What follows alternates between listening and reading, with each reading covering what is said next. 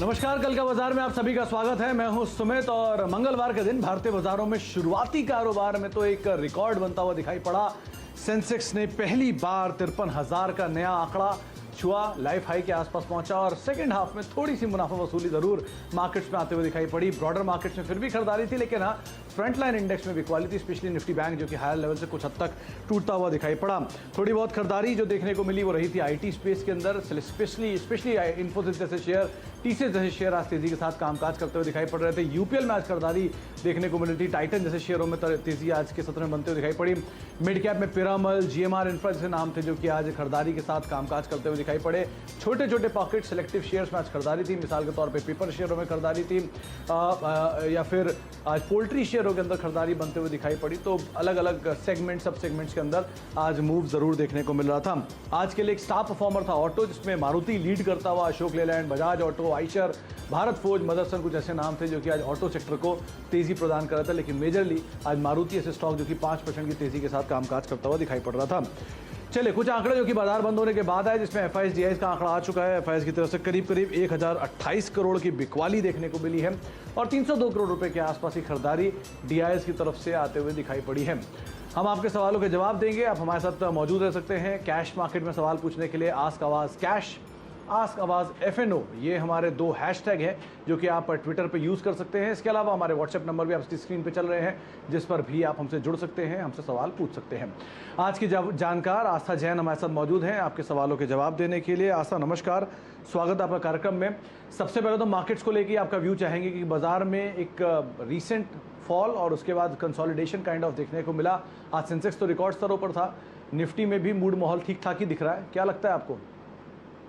Good evening Sumit ji. बिल्कुल, जिस तरह से आज निफ्टी ने ऊपरी स्तरों से थोड़ी सी गिरावट दिखाई है, 15,900 काफी इंपॉर्टेंट रेजिस्टेंस बन के निकल रहा है।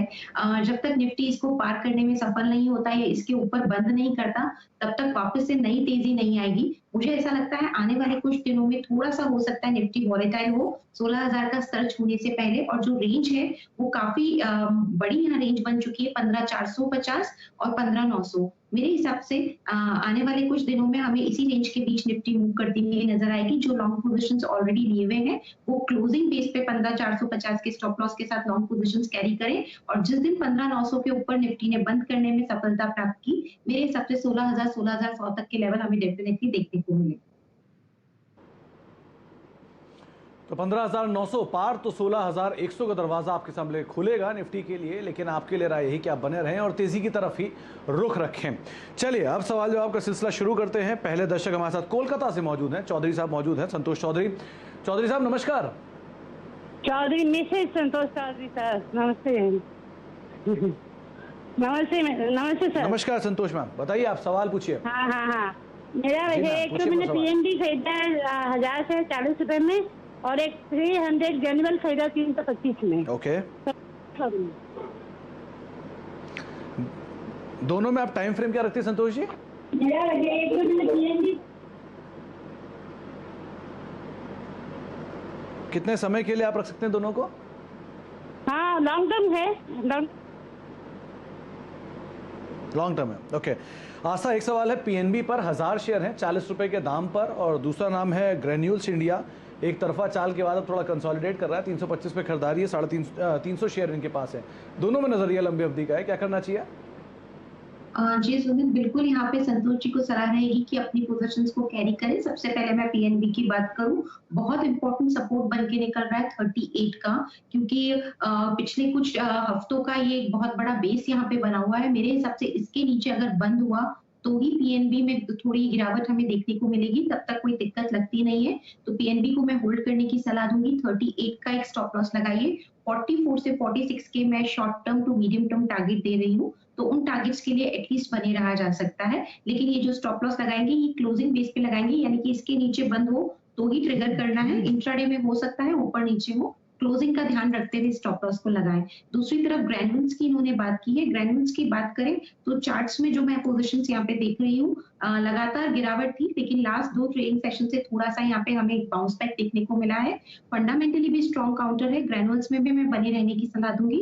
294 का एक स्टॉप लॉस लगाया जा सकता है। आगे जाते हुए हमें 340 से 370 यानी कि 400 तक के स्तर लॉन्ग टर्म में देखने को मिलेंगे। दोनों ही काउंटर पे बने रहने की सलाह है स्टॉप लॉसेस के साथ। तो दोनों बने रहिए। 400 रुपए तक ग्रेन्यूल जा सकता है और पीएनबी के लिए 38 क्रूशियल स्टॉप लॉस के तौर पे आप जरूर देख सकती हैं। अर्चना से बातचीत करते हैं, भटिंडा से हमारे साथ मौजूद है। अर्चना जी नमस्कार। नमस्कार सर। सर मेरा क्वेश्चन है, मेरे पास 16,000 शेयर हैं। हेलो जी जी जी, मेरे पास 16,000 शेयर किस कंपनी के हैं? हेलो जी मैम सुन पा रहा हूँ मैं आपको, बोलिए आप। सर मेरे पास 16,000 शेयर हैं एससीआई के, shipping corporation of India limited के। मैंने 123 रुपए के रेट पर 130 ईच शेयर मैंने परचेज किया था। सर अब मुझे ये बताइए, मुझे होल्ड करना चाहिए उन्हें या सेल कर देना चाहिए, क्योंकि मार्केट के हिसाब से तो अभी काफी डाउन जा रहे हैं। मैम काफ़ी ऊपरी स्तरों पर आपने खरीदारी की और बहुत बड़ी पोजीशन आपने खरीदारी कर रखी है। अच्छा आस्था, 16,000 शेयर हैं और 130 रुपए के दाम पर खरीदारी, 134 का साल का हाई है और 130 पे नहीं खरीदारी, 110 115 की रेंज में भी शेयर कामकाज कर रहा है। क्या करना चाहिए? मेजर लॉस है।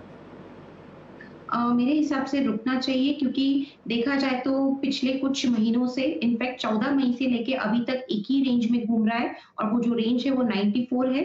94 से लेके 125 के बीच में घूम रहा है। जिस दिन इसने 125 के ऊपर क्लोज कर दिया, मेरे हिसाब से बहुत बढ़िया तेजी आएगी। जो इनकी कॉस्ट प्राइस है 130, वो हमें डेफिनेटली आते हुए देखने को मिलेगी। इनफैक्ट उसके ऊपर तक के भी स्तर आएंगे 134 से। मैं यहाँ पे 150 तक के भी लेवल एक्सपेक्ट कर रही हूँ, लेकिन इनको ध्यान रखना पड़ेगा कि एटलीस्ट 1 महीने तक इनको इंतजार करना पड़ेगा और एक स्टॉप लॉस लगाना रहेगा 94 का क्लोजिंग बेस पे।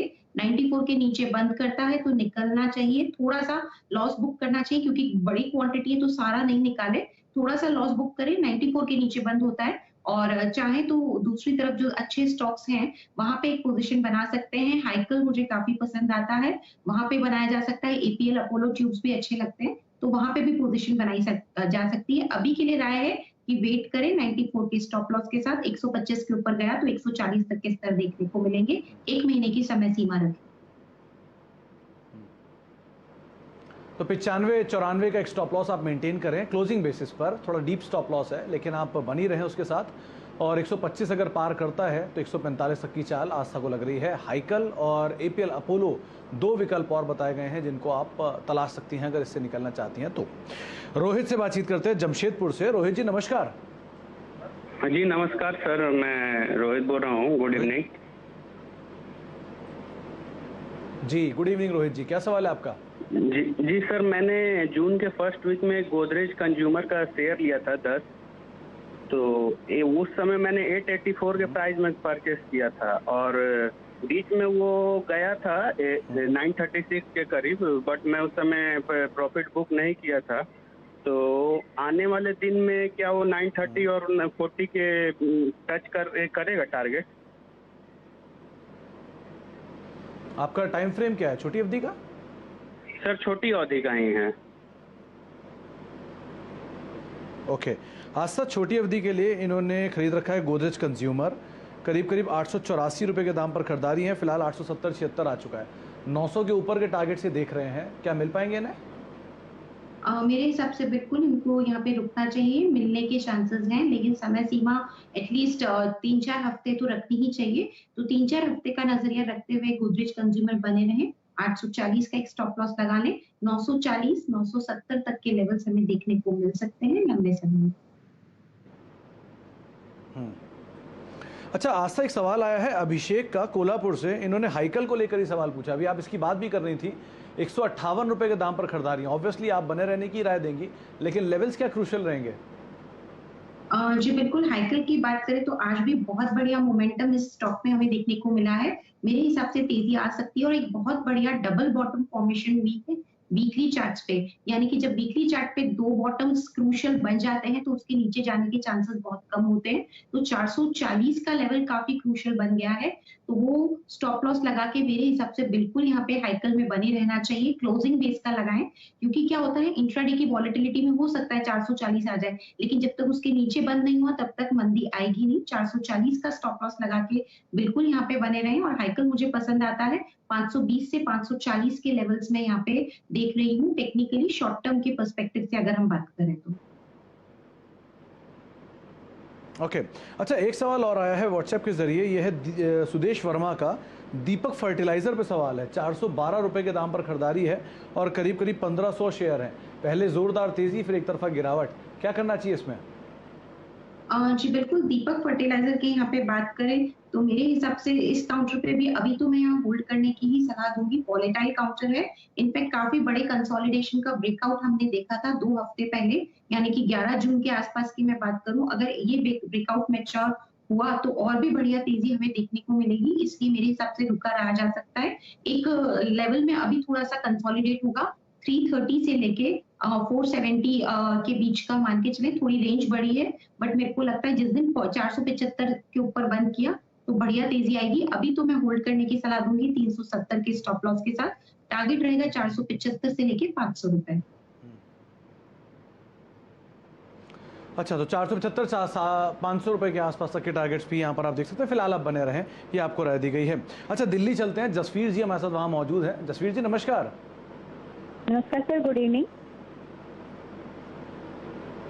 गुड इवनिंग जसवीर जी, क्या सवाल है आपका? जी सर, मेरे पास टाटा पावर के 500 शेयर्स हैं, 125 के प्राइस से भी लिए हुए मैंने। तो इसका 1 मंथ के टारगेट बता सकते हैं आप? ओके, और कितना समय आप? 1 मंथ के लिए। ओके आशा, 1 महीने के लिए टाटा पावर स्टार परफॉर्मर रहा है पिछले महीने का, अभी क्या करना चाहिए इतनी बड़ी तेजी के बाद? अब 1 महीने में आप कहाँ देखने जाते हो वैसे? सबसे पहले इन्हें बताना चाहूंगी टाटा पावर अगले कुछ दिनों में 108 से लेके 132 के बीच में ही घूमता हुआ नजर आएगा। तो जो 1 महीने का व्यू है उसमें ये रेंज अगर टूटी तो हमें बढ़िया लेवल्स यहाँ पे देखने को मिलेंगे। तो मैं यहाँ पे बने रहने की सलाह दूंगी, लेकिन ध्यान रखिए अभी थोड़ा साइडवेज यानी कि एक रेंज में कारोबार होता हुआ नजर आएगा। इस काउंटर पे 108 का स्टॉप लॉस लगाइए। टारगेट इसमें रखा जा सकता है 132, काफी इंपॉर्टेंट रेजिस्टेंस है, उसके ऊपर अगर बंद हुआ तो हमें 140 से 150 के भी टारगेट्स देखने को मिलेंगे लॉन्ग टर्म में। तो महीने भर का अगर व्यू है तो तैयार रहिए रेंज बाउंड ट्रेड के लिए, लेकिन स्टॉप लॉस के साथ बने रहिए, लॉन्ग टर्म में रिटर्न देके जाएगा। तो मीडियम टर्म बने रहिए, रेंज बाउंड ट्रेड रहेगा, लॉन्ग टर्म में बढ़िया रिटर्न देके जाएगा, ये आपको राय आस्था ने टाटा पावर के ऊपर दी है। अथर्व हमारे साथ मौजूद है मुंबई से बातचीत करने के लिए। अथर्व साहब नमस्कार। हाँ नमस्कार सर, नमस्कार, गुड इवनिंग। नमस्कार, गुड इवनिंग। क्या सवाल है अथर्व जी आपका? हाँ, मैंने एक्साइड का बाय किया है 205.10 पे 74 शेयर्स बाय किए और वो लॉस में अभी। ओके, और कितना टाइम आप दे सकते हैं इसको? हाँ मैं लॉन्ग टर्म दे सकता हूँ 1 ईयर तक। ओके आस्था, एक्साइड लॉन्ग टर्म ये दे सकते हैं। खरीदारी 205 रुपए के आसपास की है, 170 185 90 का मौजूदा स्तर है, क्या करना चाहिए? बेसिकली लॉन्ग टर्म की इन्होंने बात की तो 2020 मार्च से लेके अब तक एक टाइट रेंज में घूम रहा है, और वो जो रेंज है वो 120 से लेके 208 है, यानी कि ये 100 रुपए की 220 कह सकते हैं। तो ये 100 रुपए की रेंज के बीच में घूम रहा है 1-1.5 साल से। तो ये चीज दर्शाती कि स्टॉक काफी ज्यादा रेंज बाउंड है। जब तक 220 के ऊपर कन्विंसिंगली बंद नहीं करेगा तब तक बड़ी तेजी इस काउंटर पे नहीं आएगी, ऊपर नीचे होगा 120 से 220 के बीच में। बट स्टिल मैं एक साइड में अभी तो बने रहने की सलाह दूंगी। ये इनको मैंने थोड़ा सा यहाँ पे मीडियम टर्म व्यू दिया है कि ये रेंज रहेगी, बनी रहेगी, और 220 के ऊपर गया तो बढ़िया तेजी आएगी। तो अभी तो बने रहे, और यहाँ पे स्टॉप लॉस लगाएं 175 का। पहले टारगेट्स जो हमें इनिशियल देखने को मिलेंगे वो 202 के रहेंगे, उसके ऊपर 220 तक के लेवल्स हमें देखने को मिल सकते हैं। तो होल्ड करने की सलाह है 175 के स्टॉप लॉस के साथ। अथर्व जी 175 पास में स्टॉप लॉस है, आप बने रहें उसके साथ, और 205 210 तक की चाल दोबारा देखने को मिल सकती है। अब सोपन से बातचीत कर लेते हैं, नागपुर से हमारे साथ मौजूद है। सोपन साहब नमस्कार। नमस्ते सर। नमस्कार सोपन जी, क्या सवाल है आपका? हाँ सर, मेरे पास L&T फाइनेंस है 500 163 के रेट से। किस भाव पे? 163। पुरानी खरीदारी लग रही है आपकी। ये आपने पुराने समय में खरीदा था, क्योंकि अभी तो हाल फिलहाल का हाई इसका 115-120 रुपए के आसपास का है। चले, शायद संपर्क टूट गया। आस्था L&T फाइनेंस होल्डिंग, शायद पुराने समय में इनकी खरीदारी है, 165 रुपए के दाम पे इन्होंने खरीदारी की बात की है। क्या करना चाहिए इसमें? देखिए सुमित, इसको बहुत इंपॉर्टेंट रेजिस्टेंस है 101 का। 101 रुपए के ऊपर जब तक ये कन्विंसिंगली बंद नहीं करता तब तक ये ऐसे ही एक रेंज में घूमता रहेगा, और वो जो रेंज है वो बेसिकली 89 से लेके 101 ही है। तो तैयार रहिए, अगेन इसमें भी एक रेंज बाउंड कारोबार देखने को मिल सकता है। 101 के लेवल को क्लोजली वॉच कीजिए, उसके ऊपर अगर बंद किया तो बढ़िया तेजी आएगी, और अभी तो वेट करने की सलाह है। 84 का स्टॉप लॉस लगाएंगे, पहला टारगेट 101 का ही रहेगा ऑब्वियसली, उसके बाद 113 तक के भी स्तर हमें इस काउंटर पे देखने को मिल सकता है। तो थोड़ा समय देना पड़ेगा सोपन साहब आपको, और अगर तेजी पकड़ती है तो 101 का लेवल पार होता है तो बड़ी मूव की उम्मीद आप लगा सकते हैं। अच्छा, एक सवाल फेसबुक के जरिए आया है। विनय ने सवाल पूछा है दिल्ली से। इनके पास वोडाफोन आइडिया के शेयर है, 1700 शेयर हैं और 9-9.5 रुपए के दाम पर है। फिलहाल तो 50 पैसे का मुनाफा है। क्या करना चाहिए आस्था? बेसिकली जिस तरह से स्टॉक में चाल आई है, मेरे हिसाब से यहाँ पे काफी बढ़िया एक रेजिस्टेंस बन गया है। अगर 11 रुपए के ऊपर ये बंद कर दिया तो बढ़िया तेजी आएगी। बड़ी क्वांटिटी है, थोड़ा सा मुनाफा हो रहा है, मेरे हिसाब से एटलीस्ट 1/4 ऑफ पोजीशन में मुनाफा जरूर वसूल करिए, और बाकी रिमेनिंग पोजीशंस को यहाँ पे होल्ड करिए। अभी 2-3 दिन में हो सकता है 9 रुपए से लेके 10.5 के बीच में घूमता रहे, तो 9 रुपए का ही स्टॉप लॉस लगाइए। 10.5 के ऊपर गया तो यहाँ पे हमें 12-13 रुपए तक के भी स्तर देखने को मिलेंगे। 10.5 के ऊपर अगर क्लोज किया, होल्ड करने की सलाह है 9 के स्टॉप लॉस के साथ, 10.50 के इनिशियल टारगेट के लिए, उसके बाद 12.50 के टारगेट्स के लिए।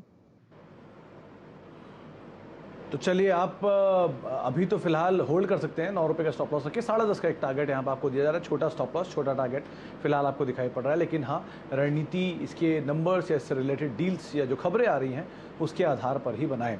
चलिए, एक ब्रेक का वक्त है, ब्रेक के बाद लौटते हैं। आस्था हमारे साथ बनी हुई हैं, कुछ और सवाल ट्विटर के जरिए भी आ रहे हैं, उस पर भी हम बातचीत करेंगे। साथ ही साथ एक रैपिड फायर राउंड भी करते हैं आस्था के साथ, एक छोटे से ब्रेक के बाद।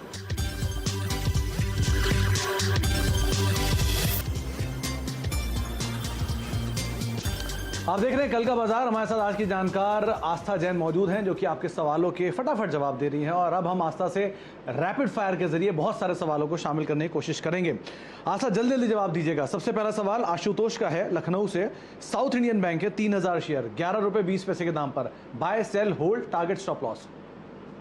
होल्ड करने की राय रहेगी। 10 रुपए 30 पैसे के स्टॉप लॉस के साथ, 16 रुपए 30 पैसे के पहले टारगेट के लिए, और फिर 17 रुपए 70 पैसे के दूसरे टारगेट के। अनिकेत ने पुणे से एक सवाल पूछा है, अंबुजा सीमेंट पर 32 शेयर 267 रुपए के दाम पर। बाय, सेल, होल्ड और टारगेट, स्टॉप लॉस? होल्ड करने की सलाह रहेगी। 330 के स्टॉप लॉस के साथ, टारगेट रहेगा 360 से लेके 374 का। ओके। जिग्नेश ने वीआईपी इंडस्ट्रीज पे एक सवाल पूछा है, बहुत नीचे ही खरीदी है, 294 रुपए के दाम पर, 500 शेयर है। क्या करा जाए इसमें? बिल्कुल, इसमें भी बना रहा जा सकता है। 370 का पहला स्टॉप लॉस लगाएंगे, टारगेट रहेगा 420 से लेके 440 का। अच्छा, सचिन ने एक सवाल पूछा है गोदरेज एग्रोवेट पे, 100 शेयर हैं, 570 रुपए के दाम पर। क्या करें, बाय करें, होल्ड करें, और target, stop loss? Godrej Agrovet में मेरे हिसाब से होल्ड करना चाहिए। स्टॉप लॉस यहाँ पे रहेगा तकरीबन 540 का, टारगेट इसमें रहेगा 610 का। अभी एक सवाल सुनील मिश्रा ने पूछा है, उज्जीवन स्मॉल फाइनेंस पर 40 रुपए के दाम पर है। क्या करा जाए? उज्जीवन स्मॉल फाइनेंस बैंक की बात करें, मेरे हिसाब से होल्ड करना चाहिए इसमें भी, और आगे जाते हुए जो लेवल हमें यहाँ पे देखने को मिलेंगे वो तकरीबन यहाँ से कहा जाए तो क्योंकि स्टॉक अभी थोड़ा सा यहाँ पे टूटा हुआ है, तो लेवल अभी तो मैं 34 तक के देख रही हूँ इमीडिएट टारगेट, लेकिन लॉन्ग टर्म में 44 तक के भी लेवल्स हमें देखने को मिलेंगे। अच्छा, बीएससी लिमिटेड, करुणेश ने सवाल पूछा है, 2 महीने का व्यू है, 933 पर, बढ़ा चला है स्टॉक, क्या करना चाहिए अब? जी बिल्कुल, बीएससी लिमिटेड की बात करें तो यहाँ पे भी अभी तो मैं होल्ड करने की ही सलाह दूंगी, और इसमें यहाँ से आगे जाते हुए हमें 10 से 15% का अपसाइड देखने को मिल सकता है, तो अभी हाल फिलहाल में बने रहा जा सकता है। अच्छा, आज का star performer GMR infra, 10,000 share हैं, 30 रुपए के दाम पे, मनु अग्रवाल के। क्या करना चाहिए? बिल्कुल होल्ड करना चाहिए।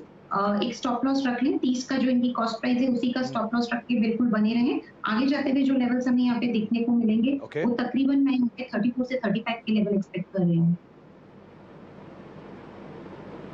ओके अच्छा, एक सवाल हैप्पीएस्ट माइंड पर 201 शेयर 345 पे, सिंह साहब का सवाल है, क्या करना चाहिए यहाँ पे?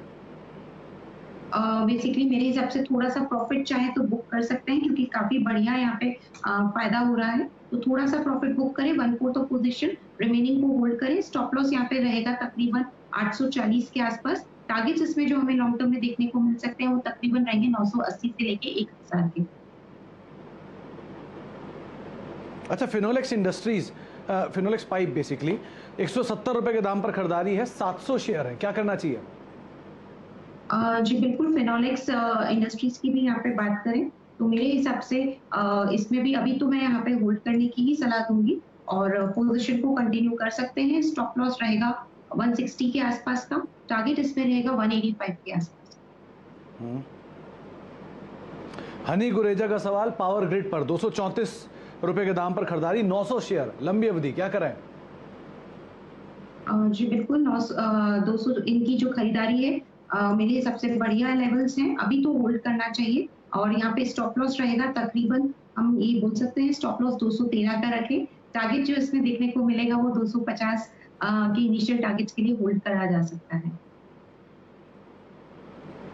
अच्छा, कल्याण ज्वेलर पे एक सवाल आया अजय कुमार का, इनके पास 900 शेयर है 62 रुपए के दाम पर, क्या करें, होल्ड करें, निकल जाए? जी बिल्कुल, अगर कल्याण ज्वेलर्स की यहाँ पे बात करें तो मेरे हिसाब से अभी इस काउंटर में भी होल्ड करने की ही सलाह रहेगी। लॉन्ग टर्म में मैं यहाँ पे बने रहने की सलाह दूंगी कल्याण ज्वेलर्स में, और जो लॉन्ग टर्म की टारगेट्स यहाँ पे हमें अभी हाल फिलहाल में देखने को मिलेंगे, 90 का लेवल क्रॉस हुआ तो 110 तक के स्तर देखने को मिल सकते हैं, तो हाल फिलहाल में यहाँ पे बने रहिए। स्टॉप लॉस यहाँ पे सजेस्ट किया जा रहा है 75 का। अच्छा, आखिरी में एक सवाल है एरिस लाइफ साइंसेज पर, आमतौर पे कम चर्चा में आता है स्टॉक। एरिस लाइफ साइंसेज के करीब 100 शेयर हैं 580 रुपए के दाम पर, क्या करना चाहिए, एक साल का नजरिया है? एक साल का नजरिया है, होल्ड किया जा सकता है क्योंकि बढ़िया मुनाफे में हो रहे हैं, तो 610 का स्टॉप लॉस लगा लें, उसके नीचे गया तो थोड़ा सा प्रॉफिट बुक करें। 610 के स्टॉप लॉस के साथ बने रहें। पहले टारगेट जो हमें देखने को मिलेंगे वो 735 के रहेंगे, उसके बाद 770 तक के स्तर देखने को मिल सकते हैं। बहुत बढ़िया आस्था, आपने जल्दी जल्दी बहुत सारे सवालों के जवाब दिए, बहुत बहुत शुक्रिया आपका हमारे साथ बने रहने के लिए, इन सभी सवालों पर बाजार पर बातचीत करने के लिए। कोई डिस्क्लेमर आप देना चाहेंगे? आज जो भी स्टॉक्स हमने डिस्कस किए हैं मेरी कोई पर्सनल होल्डिंग में नहीं है, बट हम लोग जो पीएमएस चलाते हैं, केम पीएमएस, उनकी होल्डिंग में इनमें से कोई भी स्टॉक हो सकता है। धन्यवाद। चलिए, बहुत बहुत शुक्रिया आस्था हमारे साथ बने रहने के लिए और तमाम शेयरों पर बाजार पर चर्चा करने के लिए। तो मार्केट्स में थोड़ी सी मुनाफा वसूली हायर लेवल से जरूर आई, लेकिन हम एक्सपायरी करीब जा रहे हैं तो हो सकता है उतार चढ़ाव बनता हुआ दिखाई पड़े, इसलिए ध्यान से संभल कर आप ट्रेड करिएगा। नमस्कार।